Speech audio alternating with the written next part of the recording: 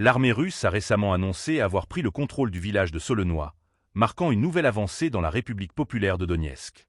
Dans un rapport officiel, le ministère de la Défense a indiqué que les unités du groupe de troupes du centre avaient mené des actions offensives actives, permettant ainsi de libérer ce village stratégique. Ce développement souligne l'intensification des combats dans la région, où les forces russes continuent d'exercer une pression sur les positions ukrainiennes. Abonnez-vous pour suivre les dernières actualités sur ce conflit et partagez votre avis en commentaire. Selon les informations divulguées, cette offensive a entraîné des pertes significatives pour les forces ukrainiennes. En effet, le rapport mentionne que l'ennemi a subi la perte de 570 militaires, ainsi que de plusieurs équipements militaires. Parmi les pertes, 4 véhicules blindés de combat et 9 voitures ont été détruits, en plus d'un soutien d'artillerie automoteur Krab de 155 mm. Ces chiffres illustrent l'ampleur des affrontements et les conséquences dramatiques pour les troupes ukrainiennes.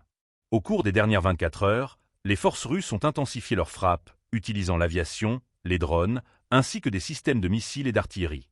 Les cibles n'ont pas été choisies au hasard. Des aérodromes militaires ukrainiens et des infrastructures gazières critiques, essentielles au fonctionnement du complexe militaro-industriel ukrainien, ont été attaqués. Cette stratégie vise non seulement à affaiblir les capacités militaires de l'Ukraine, mais également à perturber son approvisionnement en énergie, rendant ainsi toute résistance plus difficile.